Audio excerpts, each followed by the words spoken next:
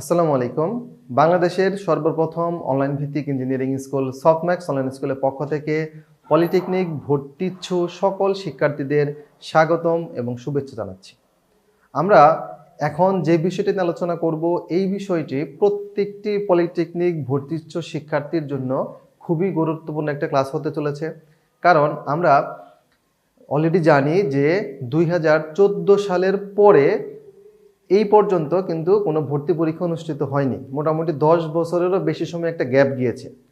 এখন প্রশ্ন প্যাটার্নটা আসলে কেমন হয়, আমরা তো ইতিমধ্যে কোন সাবজেক্ট থেকে কত মার্কের প্রশ্ন হবে সেটা সম্পর্কে জেনেছি, কিন্তু আসলে প্রশ্নের প্যাটার্নটা কেমন হয় সেই বিষয় সম্পর্কে আমরা এই ক্লাসে জানবো।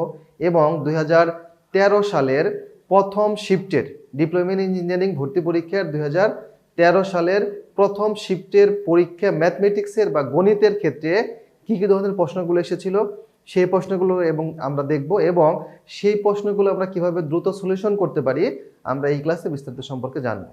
প্রথম শিফট হচ্ছে যাদের সকালে ক্লাস হয়, এর পরবর্তীতে আমরা দ্বিতীয় শিফটের ক্লাসগুলো পর্যায়ক্রমে দেখব যে দ্বিতীয় শিফটের হচ্ছে প্রশ্নগুলো কিভাবে ছিল এবং সেই প্রশ্নগুলোর উত্তর আমরা কিভাবে করব। এটা হচ্ছে কারিগরি শিক্ষা অধিদপ্তরের ডিপ্লোমা ইন ইঞ্জিনিয়ারিং ভর্তি পরীক্ষা প্রথম শিফট 2013-14 সেশন। তার মানে এটা ভর্তি পরীক্ষাটি অনুষ্ঠিত হয়েছিল 2013 সালে।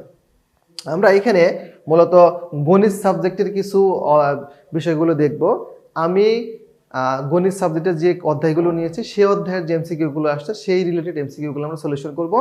এর বাহিরে আরও কিছু এমসিকিউ আছে যেগুলো হচ্ছে আমি যে অধ্যায়গুলো নেইনি তার বাহির থেকে এসেছিল।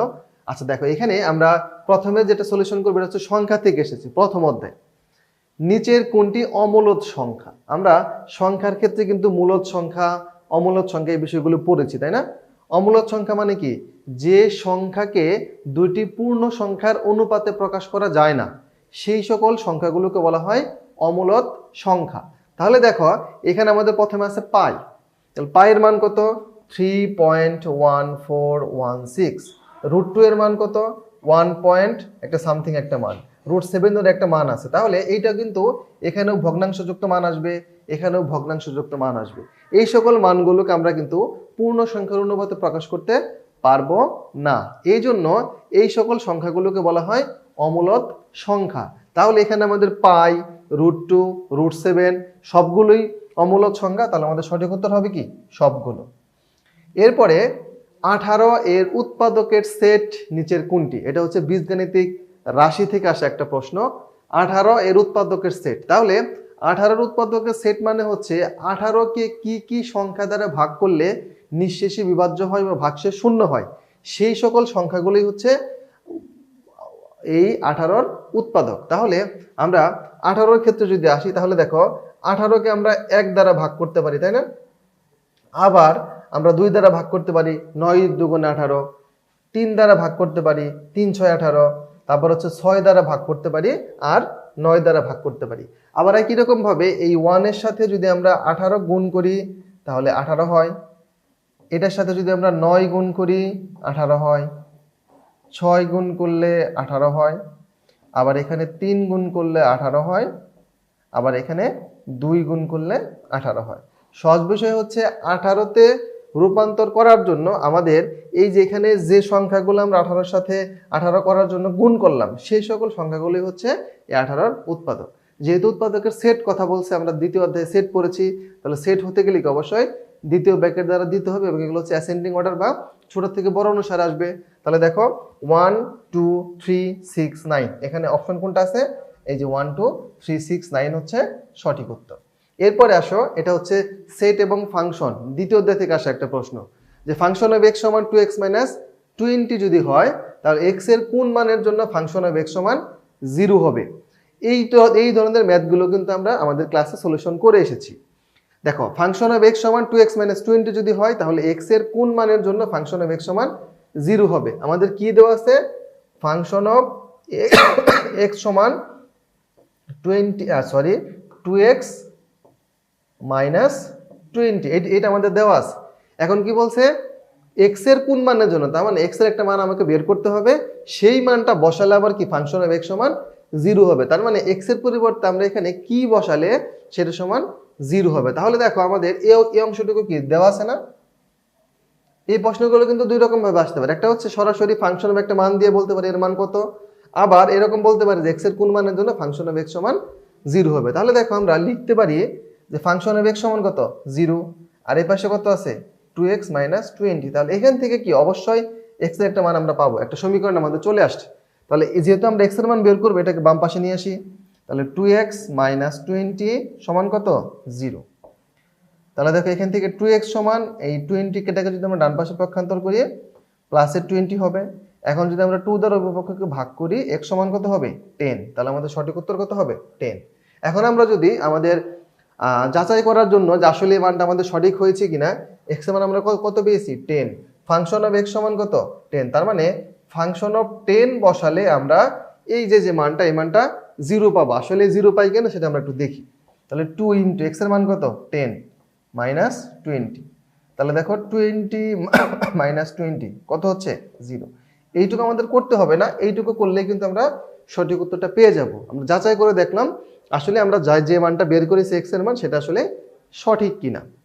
আচ্ছা, এরপরে আসো খুবই গুরুত্বপূর্ণ একটা ম্যাথ, সমীকরণের অধ্যায়ের ম্যাথ। এখানে দেওয়া আছে হচ্ছে p + q = 8 এবং p - q = হচ্ছে 4।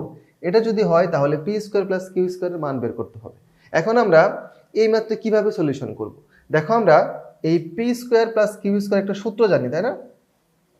এটা সূত্র কি p + q তার whole square - 2pq, a² + b² এর সূত্র। তাহলে এখানে যদি আমরা বসাই p + q এর মান আছে, কিন্তু pq এর মান কি আমাদের আছে? নাই। তাহলে আমরা এই সূত্র বসালে আসলে আমাদের এই ম্যাথটা করার ক্ষেত্রে খুব বেশি ফায়দা হবে না। সেই ক্ষেত্রে আমরা এটা দিয়ে কাজ করব না।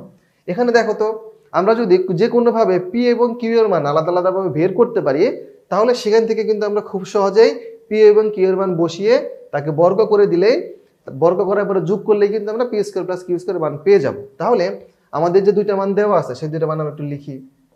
p + q সমান কত দেওয়া আছে 8, p - q সমান কত দেওয়া আছে 4। এখন দেখো তো এখান থেকে আমাদের এই দুইটা সমীকরণকে যদি আমরা যোগ করি, তাহলে এখান থেকে আমাদের p এর মান বের করা সম্ভব না। যেহেতু একটা প্লাস আছে একটা মাইনাস আছে, তাহলে এই দুইটা অলরেডি বাদ যাবে। থাকবে কত এখানে 2p, আর এই দুইটাকে যোগ করলে 12। তাহলে আমাদের p এর মান কত 6।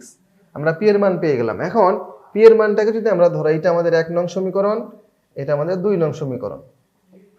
এখন p এর মানটাকে যদি, যেহেতু আমাদের এখানে প্লাস আছে তাহলে ঝামেলা কম, এখানে যদি বসিয়ে দেই 1 নং হতে 1 নং যদি বসিয়ে দেই, তাহলে p এর মান হচ্ছে 6।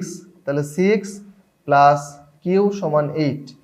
তাহলে আমরা q এর মান কত পেয়ে গেলাম 2 পেয়ে গেলাম, কারণ 8 থেকে 6 বিয়োগ করলে কত হবে 2 হবে। এখন দেখো আমরা p এর মানও পেয়ে গেছি, q এর মানও পেয়ে গেছি, বসিয়ে দাও। অতএব p² + q² সমান কত 6² + 2²।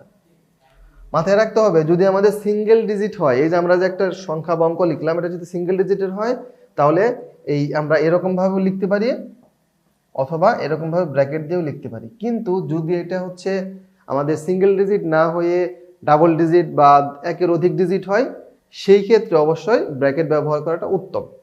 তাহলে আমাদের ক্যালকুলেশন ক্ষেত্রে বুঝতে সুবিধা হবে যে সম্পূর্ণটুকুর উপরে আছে, বর্গ বা ঘন যে কোনো কিছু থাকুক। তাহলে দেখো 6 এর উপর স্কয়ার মানে কত 6 × 6, আমরা কত 36 প্লাস এখানে হচ্ছে 4, তাহলে মোট কত আসলো 40। এখন দেখো আমাদের সঠিক উত্তর 80, 60, 10 আর হচ্ছে 40। তাহলে সঠিক উত্তর কত 40। তাহলে দেখো আমরা সবসময় স্কয়ার করলেই বা এখানে কিউব থাকলে যে সবসময় সূত্রেই পড়বে, বিষয়টা কিন্তু এরকম না। সূত্র ছাড়াও কিন্তু আমাদের এরকম ভাবে মান বের করে আমরা সলিউশন করে ফেলতে পারি।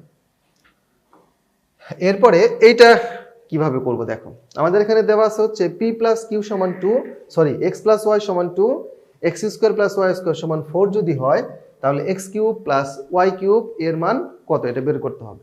এখন দেখো আমরা x³ + y³ এর সূত্র জানি। x³ + y³ এর সূত্র কি x + y তার whole cube -3xy × x + y, এই সূত্রটা আমরা জানি। এখন আমরা যদি এই যে দুইটা মান দেওয়া আছে এদের দিকে যদি একটু তাকাই, তাহলে দেখতে পাবো আমাদের x + y এর মান দেওয়া আছে। তাহলে আমরা চোখ বন্ধ করে এখানে x + y, এখানে x + y বসিয়ে দিতে পারি। কিন্তু আমাদের xy এর মান যদি আমরা না জানি, তাহলে কি আমরা এইখান থেকে বের করলে আমরা এর মানটা পাবো?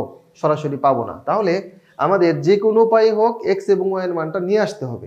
সেটা আমরা কিভাবে নিয়ে আসবো? এই যে দেখো আমাদের আরেকটা জিনিস দেওয়া ছিল কি, x square plus y square সমান কত 4, এটা আমাদের দেওয়া ছিল। এখন এখান থেকে এইটাকে দেখো তো আমরা এরকম ভাবে লিখতে পারি কিনা, যে x plus y whole square minus 2xy সমান 4 লেখা যায়? লেখা যায়।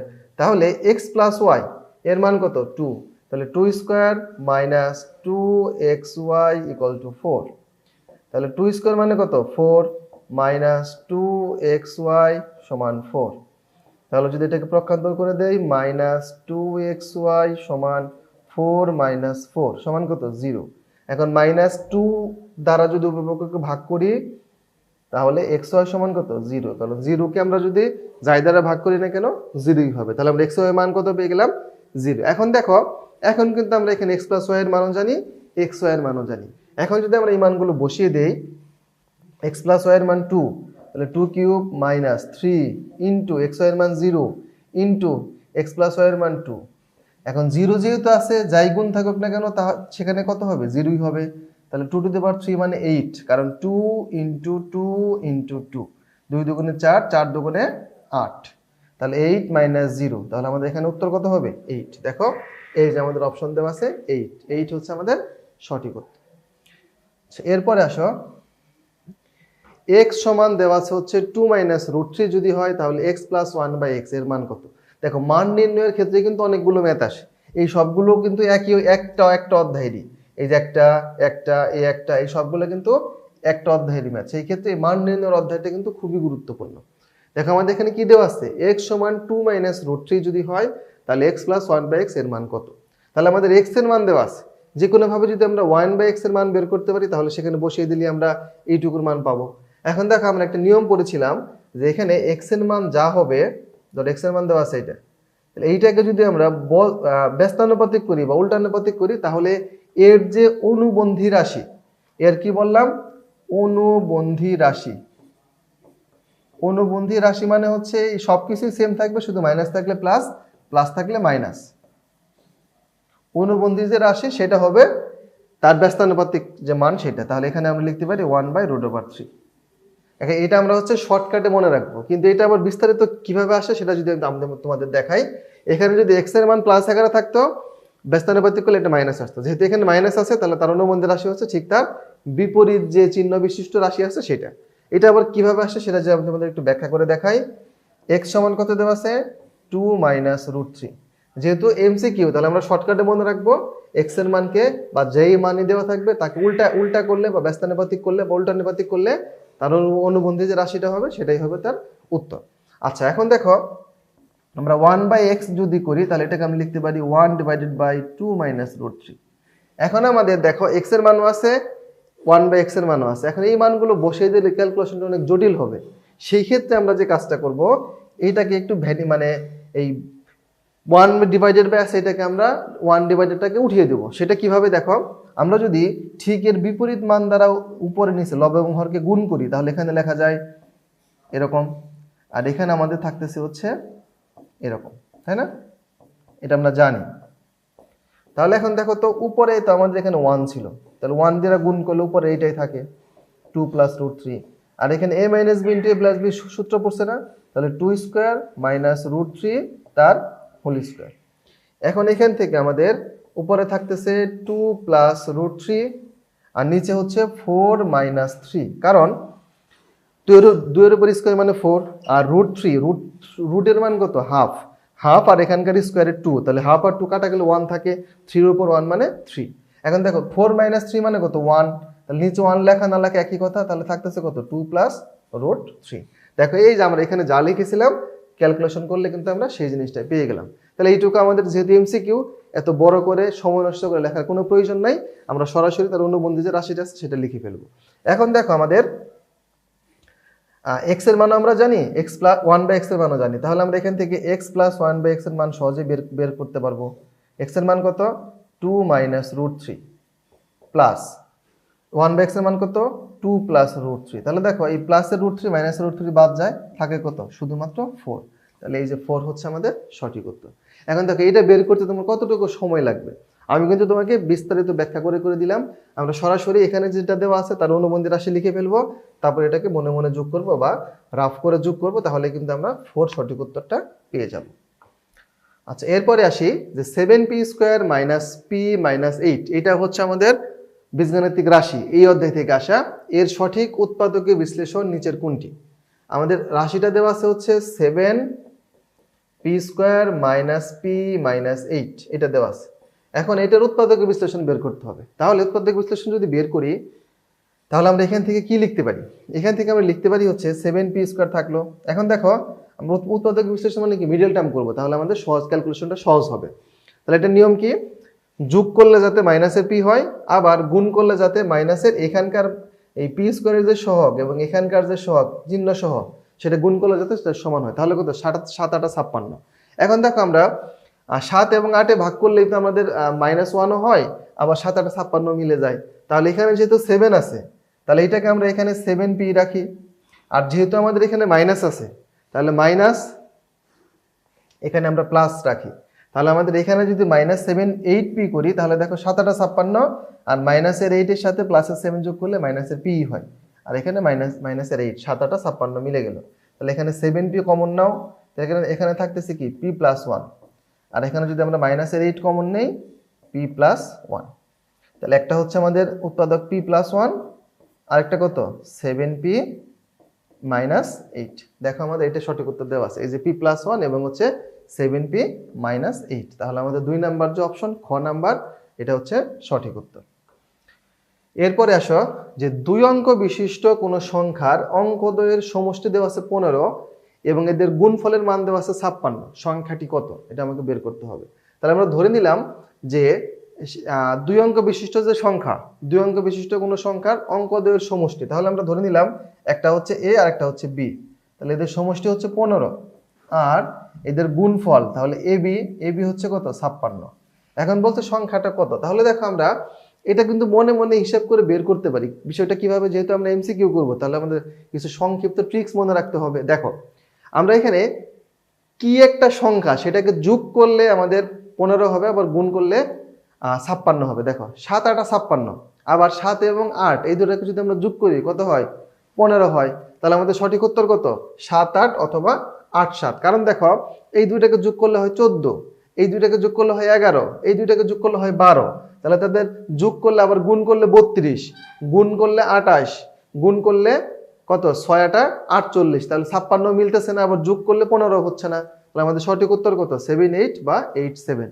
এখন এটা আমরা কিভাবে বের করব? সেটা বের করার জন্য আমরা এখানে যদি পক্ষান্তর করি, আমরা তো মুখে মুখে বের করে ফেললাম এমসিকিউর জন্য, এখন ব্যাখ্যা দেখবো আমরা। তাহলে b সমান কত? আমরা লিখতে পারি 15 - a, তাই না? এখন যদি আমরা এখানে b এর পরিবর্তে মানটা বসিয়ে দিই, তাহলে এরকম লেখা যায় না? এরকম লেখা যায়।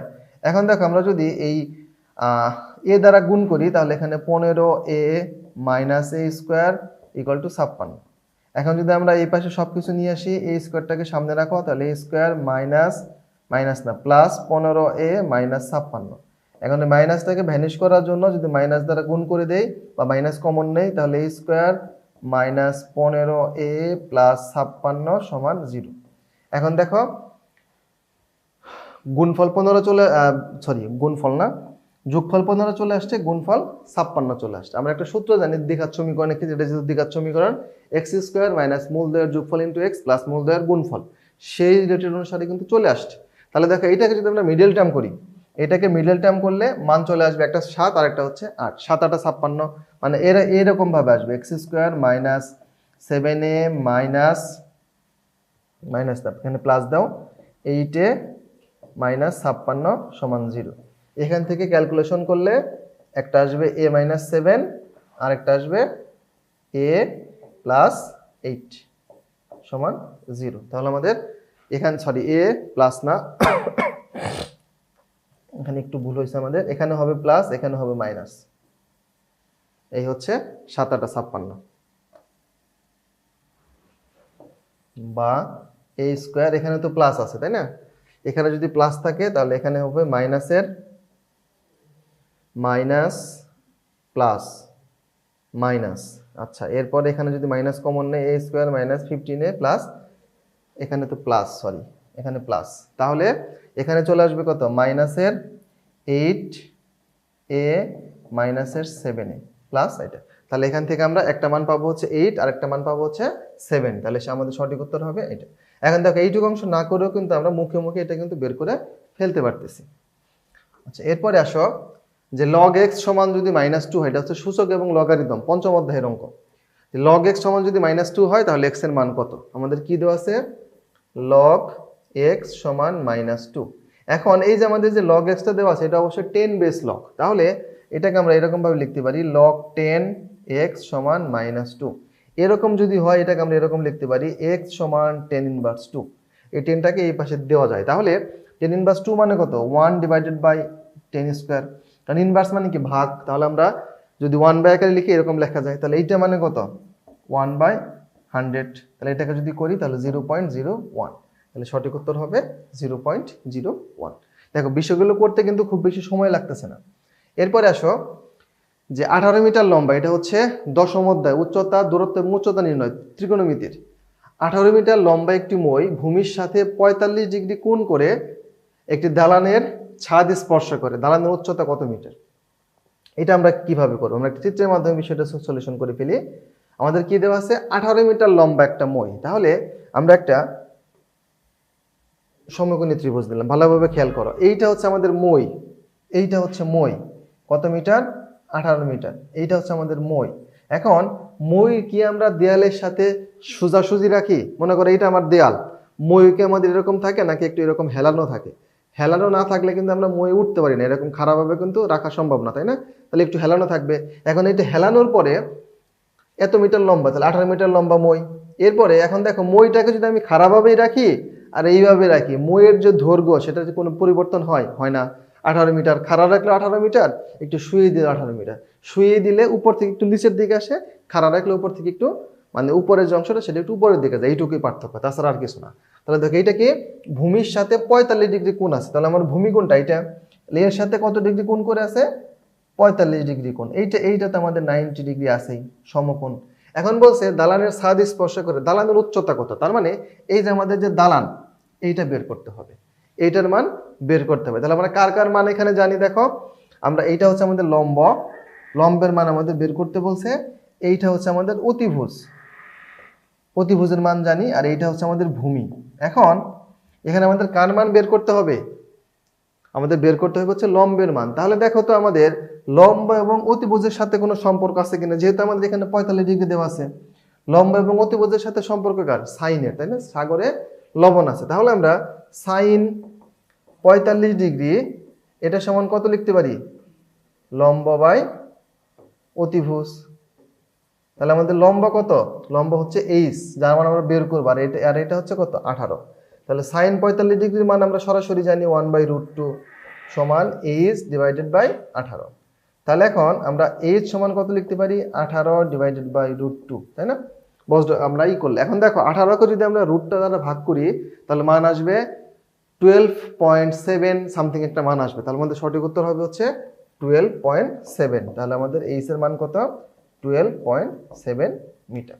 তাহলে আমরা মানটা কিন্তু বের করে ফেললাম, তাই না? এখন এখানে আমাদের ভূমির কোনো প্রয়োজন নাই, কারণ আমাদের যেহেতু লম্বের মান বের করব, কোণের মান আমাদের দেওয়া আছে, সেই ক্ষেত্রে লম্ব অতিভুজের সাথে সম্পর্কে সাইন দিয়ে আমরা কিন্তু সরাসরি মানটা বের করে ফেললাম। আচ্ছা, এরপরে আসো আরেকটা গুরুত্বপূর্ণ ম্যাথ, যে নিচের কোন তিনটি বাহু দ্বারা ত্রিভুজ আঁকা সম্ভব? এটা হচ্ছে ত্রিভুজ অধ্যায়ের।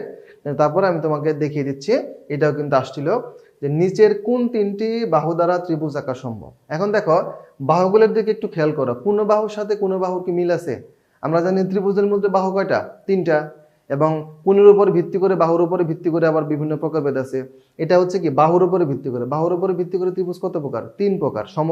সমবাহু, সমদ্বিবাহু, বিষমবাহু। সমবাহু মানে কি সবগুলো বাহু সমান, সমদ্বিবাহু মানে যে কোনো 2 বাহু সমান, বিষমবাহু বা অসমবাহু মানে কোনো বাহুই সমান না। এখানে খেয়াল করে দেখো কোনো বাহুই সমান না, তাহলে এটা অবশ্যই কি একটা বিষমবাহু বা অসমবাহু ত্রিভুজ, তাই না? বিষমবাহু বা অসমবাহু ত্রিভুজ। এখন এই বিষমবাহু বা অসমবাহু ত্রিভুজের যে ত্রিভুজ গঠন করার ক্ষেত্রে একটা সূত্র আছে, সেই সূত্র যদি না হয় তাহলে ত্রিভুজ গঠন করা সম্ভব না। সেই সূত্রটা কি? যে কোনো 2 বাহুর যোগফল অবশ্যই তৃতীয় বাহু অপেক্ষা বড় হতে হবে। যে কোনো দুই, মনে করো আমাদের এ একটা বাহু, বি একটা বাহু, সি একটা বাহু, এই দুইটা বাহুর যোগফল অবশ্যই তৃতীয় বাহু পক্ষে বড় হতে হবে। আবার বি এবং সি এর যোগফল অবশ্যই এর থেকে বড় হতে হবে, এবং এ এবং সি এর যোগফল অবশ্যই বি এর থেকে বড় হতে হবে। এই তিনটা যদি আলাদা আলাদাভাবে সত্য না হয় তাহলে বিষমবাহু ত্রিভুজ গঠন করা সম্ভব না। এখন আমরা দেখি, প্রথমে এই ক্ষেত্রে আসে, ধরো এটা এ, এইটা বি, এইটা সি। দেখো এ এবং বি এর যোগফল হওয়ার কথা কি সি এর চেয়ে বড়, কিন্তু এ এবং বি কে যোগ করলে আমরা 3 পাই। 3 কি 3 এর চেয়ে বড় না, তাহলে এটা আমাদের সঠিক উত্তর না। এখানে আসো একই রকম, এটা এ, এটা বি, এটা সি। দেখো এ এবং বি যোগ করলে তৃতীয় বাহুর পক্ষে বড় হচ্ছে না, তাহলে এটা সঠিক উত্তর না। এটা ক্ষেত্রে আসো, এই দুইটাকে যোগ করলে 9 এর চেয়ে বড় হচ্ছে না, তাহলে এটা সঠিক উত্তর না। কিন্তু এই ক্ষেত্রে আসো, এটা এ, এটা বি, এটা সি। দেখো এ এবং বি এর যোগফল সি এর চেয়ে বড় বড়। দেখো এ এবং বি এর যোগফল 6, এখানে কত 5। আবার এই ক্ষেত্রে আসো, বি এবং সি এর যোগফল 9, এর চেয়ে বড়, এটাও সঠিক। আবার এ এবং সি এর যোগফল কত 7, 4 এর চেয়ে বড়। তাহলে আমাদের সঠিক উত্তর কত? এটা হচ্ছে আমাদের সঠিক উত্তর। তাহলে দেখো এখানে কিন্তু আমরা মোটামুটি 10টা-11টা এমসিকিউ কিন্তু সলিউশন করে ফেললাম, যা তোমাদের গণিত যে সাবজেক্ট আছে সেই সাবজেক্টে বিভিন্ন অধ্যায় থেকে আসা প্রশ্ন। তাহলে আশা করি এই সলিউশনগুলো বুঝতে পেরেছো সবাই। ধন্যবাদ সবাইকে।